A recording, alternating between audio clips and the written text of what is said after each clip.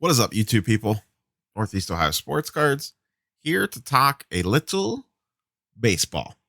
We're not going to talk specific players per se, though I am going to use three examples. And we're just going to have a general market chit chat today. Some thoughts.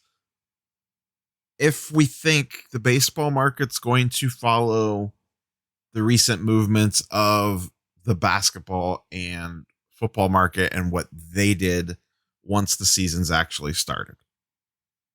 So that's going to be our little chit chat today. Before we get into it, YouTube stuff down below. Like, comments, click the subscribe button. We will be using market movers today. That's what's up on the screen right now. That's where all the fancy charts and graphs come from. If you want to check it out, the link to that is down below, along with a coupon code and Amazon affiliate links. With that all being said, let's rock and roll. So for those that don't know, the basketball and football market both did a curious thing once games actually started to play. I made a video specifically on this that came out. I forget the exact date, but it would have been right around Christmas about the football markets. And the baseball markets or the basketball markets literally done the exact same thing. And that is that if you run the charts from the day the season starts through the end of the season, almost every single player went down. The only ones that didn't go down were the ones that didn't get big run up in the preseason. And for the NFL, this was like clockwork. Literally anyone that got a bunch of run in the preseason and saw big price increases in June, July, and August all took massive hits once games were played. Anyone that stayed flat during that time saw pretty nice price increases if they played well, obviously. Basketball, you kind of saw the same thing. A bunch of guys got pumped to the moon right before the season started, right before Christmas. There was a few select guys that did not see major price spikes. They played well. Their prices went up, and literally pretty much everybody else's went down. And my question today is baseball going to follow the same? You know, a lot of players have gotten big price increases from essentially Christmas, basically the first of the year, through today. You know, the season basically starts in 10 days, 9 days when you guys are watching this, I believe. So my question is, once we say play ball, are we going to see a lot of these prices pull back because guys just don't live up to expectations, or the prices are so inflated they would have to play so out of their mind to hit expectations to maintain the current level prices? So the obvious ones here, and I could have picked a ton, but to me, the big ones are the big three: Tatis, Soto, and Acuna. So this is their charts for the last 90 days, and you can see they all angle up to some degree or another. This doesn't really show exactly how much. Let's go down here and look at the actual numbers. So Tatis is up 127% the last 90 days. His Chrome's, and I ran Chrome for all these. His Chrome's at about $440. Soto's up 76%. His Chrome's at about 500. Acuna's Topps Chrome is up 230%, up to 300. And his Chrome Updates is up 140% to 144. And, you know, you could sub in or out any player that's seen big price increases. You know, Ohtani's gone up a bunch. Lou Bob, a lot of guys, tons of guys have seen big price increases prior to the season starting. How many of these guys are going to be able to maintain? So my general question is, if you're not in baseball for the long term, for the long haul, should we be selling most of these guys right now? And I know that it sounds crazy to say, like, hey, go sell Soto, Tatis, and Acuna, but do you really want to have money tied up in these guys when, in my opinion, I think there's a good chance most of their prices come down once they say play ball? I could be completely wrong, but the other two major sports markets, the data says that I'm not. Whether or not you think that applies to the baseball market, I don't know. I know the baseball market's a little bit of a different breed from the other two sports, but it's not that much different. So if you're sitting on a couple Soto, and this is where the world famous Neo strategy, if you're sitting on a couple Soto Chromes, I think maybe you should think about selling at least one or two if you got a couple of them. I mean, what's the chances it's still $500 90 days? If we run these same charts 90 days after the season starts, what's the odds they're green versus red? Not, once again, it's all going to come down to play, but baseball's a finicky game, man. And I love Soto. I love all three of these guys. Don't get me wrong. But if you got in 90 days ago, so say you bought in, you're like, okay, it's Christmas time. It's time to buy this baseball stuff. Prices are going to spike. Let me get in on this action.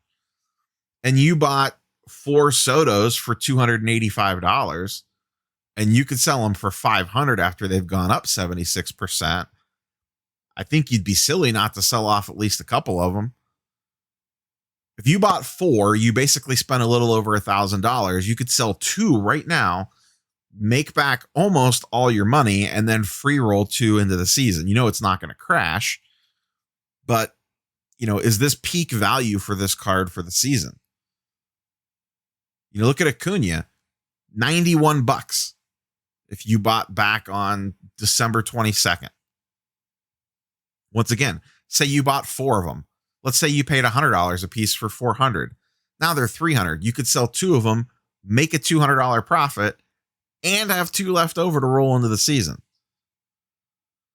Tatis, same thing, $200. Let's say you bought 5 of them for $200 a piece. You spent $1,000 on Tatis Chromes. You're like, this guy's the truth. They're $440 now. You could sell off 3 of them for a little over almost 13, 14, 1350-ish.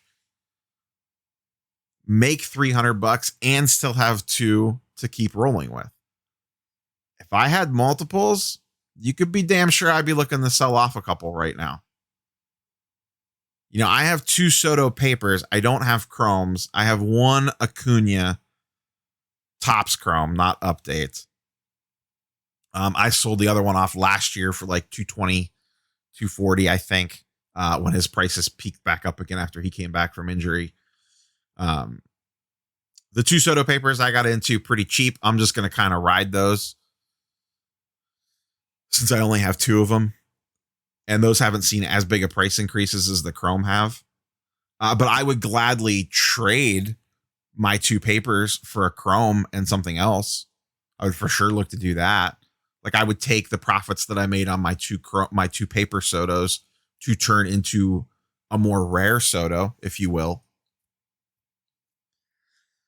But that's my question for you guys. Do we think the baseball market follows the same suit? And I legitimately think you could run charts. It's a little trickier in baseball because the rookies are all over the place. But in football and basketball, I legit think you could run charts for 90 days right before the season starts.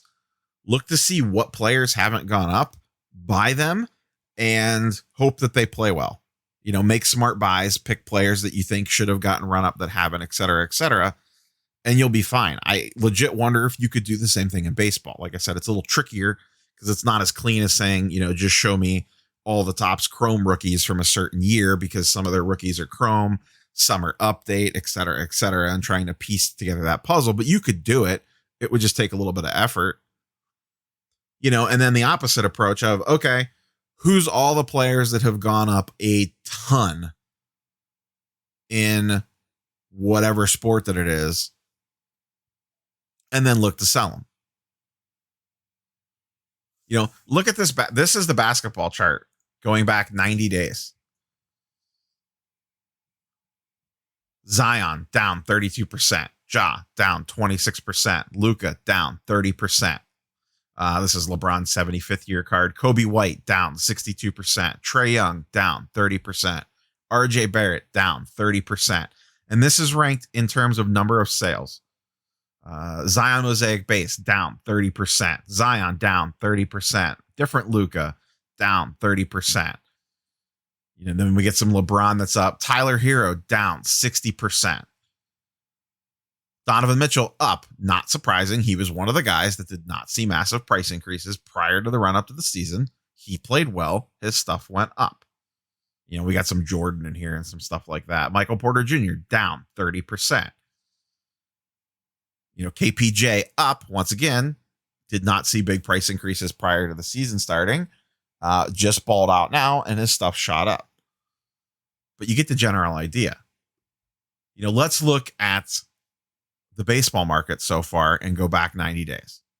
So this is the last 90 days of baseball, filtered by PSA 10 and number of sales. So the highest number of sales going down.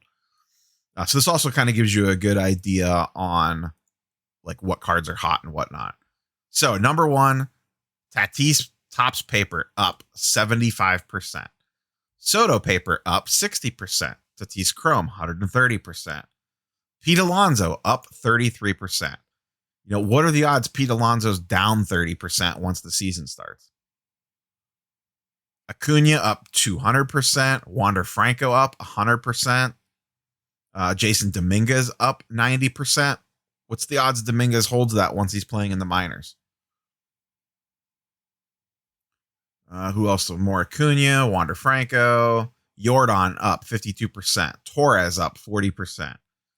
Pete Alonso Chrome up 80%. If you got into this for $45 in December and you could basically double up your money almost and take no risk, that seems pretty smart to me. Lou Bob up 40%. Soto Heritage up 76%. Keep scrolling through the list. Eloy's only up 35. So you want to look at the guys that went up a ton. Like, look at this one. We've been talking about him a lot on the last couple week in reviews. Ohtani 2018 Topps Chrome up 392%. You're telling me Ohtani hasn't shown that he could stay healthy? His base PSA 10 Topps Chrome was $40 back in December. You could sell it for $200 right now. I would be looking to move every single one of those that I owned. Maybe you keep one. You can make 392% on your return and take no risk carrying it into the season. And then take that money and go put it into something else safer. Take that money and go buy football. Let's keep scrolling down here, see if there's anything else interesting. Arenado up 50%. Trout up 50%. Trout would be the one that I would probably hold on to. Here's another Ohtani up 92%. Vlad Guerrero Jr., Topps Heritage up 120%. His no number up 85%. Yeah, he could break out this year. Absolutely. And maybe that looks cheap by the end of the season, but it's baseball, man. Just as often he can hit 232, 20 home runs, 65, 70 RBIs. And that's the season. And then what's the odds that that's still looking at it plus 85% in 90 days?